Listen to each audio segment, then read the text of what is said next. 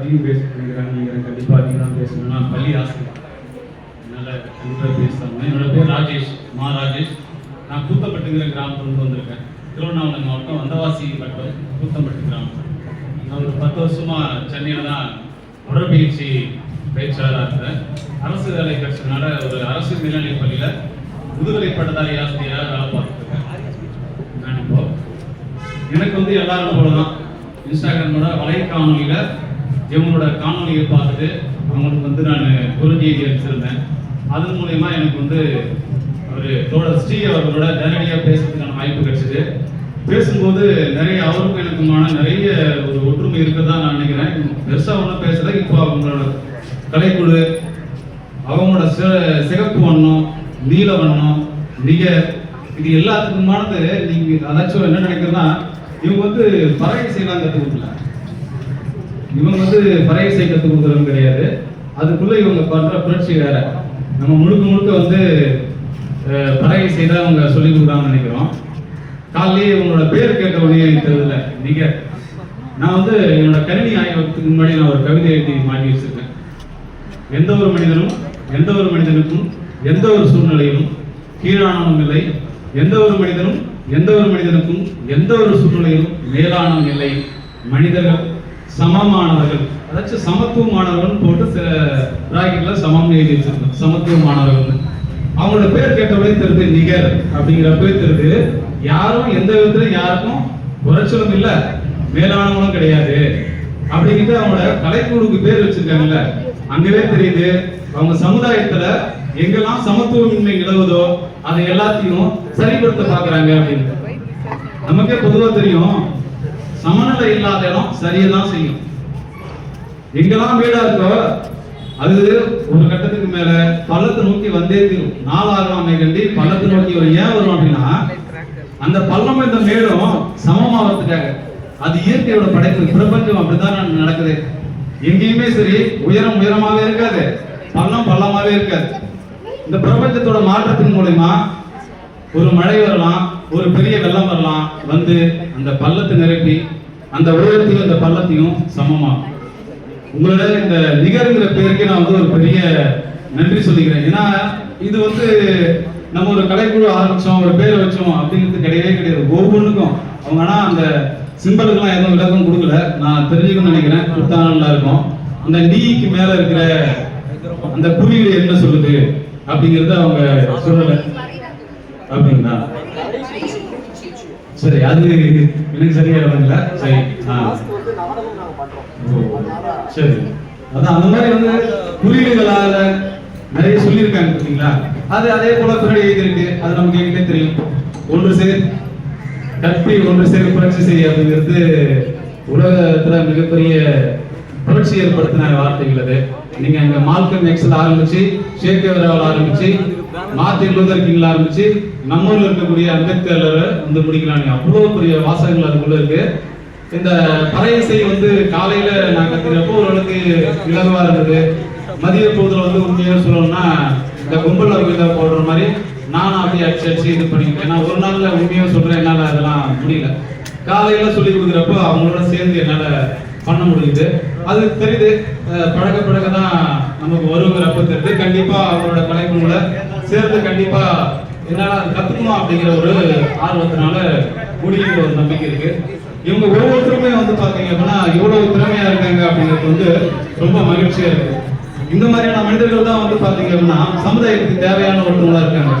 ஏன் அப்படின்னு பாத்தீங்கன்னா இப்ப எல்லாருமே ஆக்சுவலா ஒரு சிலர் மட்டும் தான் நம்ம வந்து என்ன படிச்சிருக்கோம்னு சொல்லியிருக்கோம். நான் வந்து BSc, BEd, MSc, MPhil, PhD படிச்சிருக்கிறேன். இந்த மாதிரி ஒவ்வொருத்தரும் டிகிரி படிச்சிருக்கோம். ஆனா உண்மையை மனசாட்சி கொண்டு சொன்னோம் அப்படின்னா, எப்போ வந்து கல்வி அதிகமாச்சோ அப்பதான் அந்த சமத்துவமே அதிகமாகிட்டே இருக்கு சமுதாயத்துல. நாம என்ன நினைச்சோம்னா, எங்க தாத்தா படிக்கல, எங்க பாட்டி படிக்கல, எங்க அம்மா படிக்கல, அதனால அவங்களுக்கு வந்து இந்த வேறுபாடுலாம் அவங்களுக்கு வந்து தெரியாதுன்னு வச்சுக்கணும். உண்மையாவே நம்ம மனசாட்சியோட பேசணும் அப்படின்னா, எப்போ இந்த கல்வி அறிவு அதிகமாச்சோ அப்பதான் இவன் என்ன பண்றான்னா குரூப் சேர்த்து வைக்கிறான், அது சொல்லி கொடுக்குறான். கல்வி சொல்லி கொடுத்து சமுதாயத்துல சமத்துவன்மை எப்போ கூட அப்படின்னா கல்வியின் மூலமா வந்து பாத்தீங்க அப்படின்னா நிறைய சமத்துவன்மை தான் அதிகமாயிட்டே போகும். கண்டிப்பா இவங்கள மாதிரி குழுக்கள்லாம் வந்து இன்னும் நிறைய வளரணும். அதான் நான் எப்பவுமே சொன்னது, இவங்க வந்து பறையை மட்டும் சொல்லி கொடுக்கல, பறை இசை மட்டும் கத்து கொடுக்கல, நம்ம கிட்ட இருக்கிற ஏற்றத்தாழ்வுகளை கலந்து எல்லா மக்களோட சமத்துவமா இருக்கணும், எல்லாரும் சமமா பார்க்கணும், யாருக்கும் யாரும் தாழ்ந்தவங்க கிடையாது அப்படிங்கிறத நமக்கு இசை மூலமா சொல்லி கொடுத்துட்டு இருக்கிறாங்க தான் நான் புரிஞ்சுக்கிட்டேன். அது வந்து ஒவ்வொருத்தரோட புரிதல் எப்படி இருக்குன்னு தெரியல. எனக்கு வந்து அவங்களோட அந்த வண்ணங்களும் சரி, அவங்களோட பெயரும் சரி, அவங்க பேசுற பேச்சும் சரி, அவங்க நம்ம நடத்துற முறையும் சரி, அத்தனையுமே வந்து பார்த்தோம்னா இவங்க வந்து இதுக்காக தான் போராடுறாங்க அப்படிங்கிற மாதிரியா இருக்கு. ஏன்னா சென்னைங்கிறது வந்து ஏதோ சாதாரண கிராமம் கிடையாது, சாதாரண நகரம் கிடையாது. இங்க பெரிய பெரிய ஜாம்பவான்கள் இருக்காங்க, பெரிய பெரிய ஆட்கள்லாம் இருக்கிறாங்க. கோயம்புத்தூர்ல இருந்து நான் வந்து ஒரு ஸ்ரீவோட பேசும்போது சொன்னாரு, எவ்வளவு பணம் வாங்குறீங்க அப்படின்னு கேட்டேன். நாங்க சொல்லி கொடுத்து பணம் வாங்கலைங்க, நாங்க வந்து அங்கிருந்து பறை இசையும் இல்ல மத்த நீங்க பயன்படுத்துற பொருளை கொண்டு வரதுக்கு எவ்வளவு எங்களுக்கு செலவாகுதோ அந்த செலவு உங்ககிட்ட வாங்கிக்கிறோம், அது மட்டும் தான் அப்படின்னு சொல்லியிருந்தாரு. அப்படி ஒரு கலையை வந்து பாத்தீங்கன்னா காலைல தான் சொல்லியிருந்தேன், கலை வந்து கலைஞர்கிட்ட இருக்கு அப்படின்னா அந்த கலைஞர் என்ன பண்ண பார்ப்போம்னா பணம் பார்க்க பண்ணதான் பார்ப்பான். இப்ப நான் இவங்க இருந்து வரை இசையை கத்துட்டு போய் நான் ஒரு கலைஞனா போறேன் அப்படின்னா 10 பேரை கூப்பிட்டு வச்சு மாசம் இவ்வளவு பணம் கூட நான் கத்து கொடுக்குறேன்னு நான் அதை கமர்ஷியலா தான் கொண்டு போறேன். ஆனா அந்த கமர்ஷியல் கிடையாது. இங்கிருந்து நான் பணம் கட்டி எனக்கு இந்த கலையை கத்துக்கிட்டு வரும்போது நான் சொல்றேன், காலைல 5 மணிக்கு இருந்தேன், அங்க இருந்து 150 கிலோமீட்டர் இங்க வந்து கிராமத்துல இருந்து எவ்வளவு சிரமமா இருக்குன்னு கத்துக்க வர. நான் எப்படி சொல்றேன்னா கத்து கொடுக்குறவங்களுக்கு அந்த சிரமமே காட்ட மாட்டாங்களா, எதுவும் சொல்லவே இல்லையே, இப்போ வரைக்கும் சொல்லவே இல்லை அவங்க. நாங்க கோயம்புத்தூர் எத்தனை மணிக்கு வந்து தெரியுமா, நாங்க சாப்பிட்டோமா இல்லையா தெரியுமா, நாங்க எவ்வளவு சிரமத்தில் இருக்கு தெரியுமா, எங்க வீட்டுல இன்னைக்கு ஒரு ஃபங்க்ஷன் தெரியுமாங்க, எதையுமே சொல்ல மாட்டாங்க.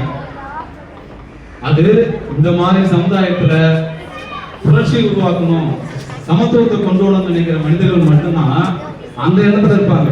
இல்ல இப்ப நான் இந்த மாதிரிதான் இருக்கும், நான் எப்படி வந்தேன் தெரியுமா, நான் எப்படி வந்தேன் தெரியுமா, எனக்கு என்ன சிரமம் இருக்கு தெரியுமாங்கிற மாதிரி உண்மையாவே ரொம்ப பெருமையா இருக்கு. கண்டிப்பா நான் வகுப்புக்கு வருவேன் அப்படிங்கிற நம்பிக்கை இருக்கு. ஒருவேளை வர முடியாத பட்சனாலும் சரி, ஒரு நாள் பார்த்ததே இந்த மனிதர்களுக்கு எனக்கு வந்து மிகப்பெரிய ஒரு மகிழ்ச்சியான ஒண்ணு. ஏன்னா அதுதான் இப்ப நான் ஏன் மால்கம் எக்ஸோட பேர் சொன்னேன் அப்படின்னா, மால்கம் எக்ஸ் எங்கேயோ பிறந்தாரு, எங்கேயோ வந்தாரு, பாப் மார்லி எங்கேயோ பிறந்தாரு, எங்கேயோ வந்தாரு, மார்ட்டின் லூதர் கிங் எங்கேயோ பிறந்து எங்கேயோ புரட்சிகள் பண்ணிருக்கலாம். ஆனா எங்க ஒரு சமத்துவமின்மை இருக்கோ அங்க யார் எங்க சொல்லியிருந்தாலும் யார் எங்க போயிருந்தாலும் சரி அவங்க நம்மளோட முன்னாதாரமா எடுத்துக்கணும். அந்த மாதிரி இந்த தோழர்களெல்லாம் தொடர்ந்து பயணிக்கிற வாய்ப்பு கிடைக்குதோ கிடைக்கவே தெரியல. இன்றைய நாள் வந்து எனக்கு மிகப்பெரிய பொன்னான நாள், அது வந்து நான் மறக்க முடியாத ஒண்ணு. அதே போல இந்த பள்ளியின் தலைமை ஆசிரியர் கிருஷ்ணவேணி அம்மா அவர்களுடைய சிறப்பான நன்றிகள். நானும் ஒரு பள்ளி ஆசிரியர் இருக்கிறதுனால பள்ளிக்கூடத்துல இப்படி ஒரு நிகழ்வு ஏற்பாடு பண்ணி கொடுத்ததுக்கு வந்து கண்டிப்பா நிகழ்கலைக்குழுவுக்கு நன்றி சொல்லுவாங்க. தனிப்பட்ட முறையில் எனக்கு ஒரு வாழ்த்து சொல்லணும் அப்படிங்கிற மாதிரி. ஏன்னா பள்ளிக்கூடத்துல நானுமே மாணவர்களை வச்சு நிறைய பணம் நினைப்பேன். ஆசிரியர்களுக்குள்ளவும் சரி, அங்க இருக்கிறதுக்கு மற்றவங்களுக்குள்ளும் நிறைய விஷயங்கள் நடக்கும். நம்ம ஒண்ணு மாணவர்கள்கிட்ட நம்ம ஒன்று போய் சேர்க்கணும் அப்படின்னா அதை வேறு விதமா திருத்தி கொண்டு போறோம், நிறைய நடக்கும். அந்த மாதிரிலாம் நடந்தாலும் சரி, சரியானது அப்படின்னா அதுக்கு எதிர்த்து போராடி அந்த நல்ல விஷயத்துக்காக துணை நிற்கிற நம்ம தலைமை ஆசிரியர்களோட அம்மாக்கள் எல்லாம் எப்பயுமே வந்து நம்ம நன்றிகள் பட்டிருக்கணும். எனக்காக ஒரு புத்தகம் கொடுத்துருக்காங்க பொடிகள் அப்படின்னு. அந்த புத்தகத்துல வந்து பாத்தீங்கன்னா இங்க மாணவர்கள்லாம் வரைஞ்ச ஓவியங்கள்லாம் இருக்கு, கடிதங்கள்லாம் இருக்கு. இந்த மாதிரி ஆசிரியர்கள்லாம் வந்து பாத்தீங்கன்னா அம்மாவை பாக்குறப்ப எனக்கு வந்து அதிகமா பேசணும், கண்டிப்பா ஒரு நேரம் ஆசிரியர்கள் ஜோதிகா புலே, அதே போல சாவித்திரி புலேன்னு 2 பேர் இருக்காங்க. கண்டிப்பா நிறைய பேர் கேள்விப்பட்டிருப்பாங்க. இந்தியாவின் முதல் பெண் ஆசிரியை பத்தி கேள்விப்பட்டிருப்பீங்க. அந்த மாதிரியான சில புரட்சிகர பெண்கள் ஆசிரியர்களால் தான் இன்னைக்கு மாணவ சமுதாயமும் மாற்றம் ஏற்பட்டிருக்கு. அந்த வகையில அம்மாவுக்கும் சிறப்பு விருந்தினர் பேர் தெரியல, அவரை நான் பார்த்தது இல்லை. அதனால அவருக்கும் என்னுடைய நன்றிகளை தெரிவிச்சுக்கிறேன்.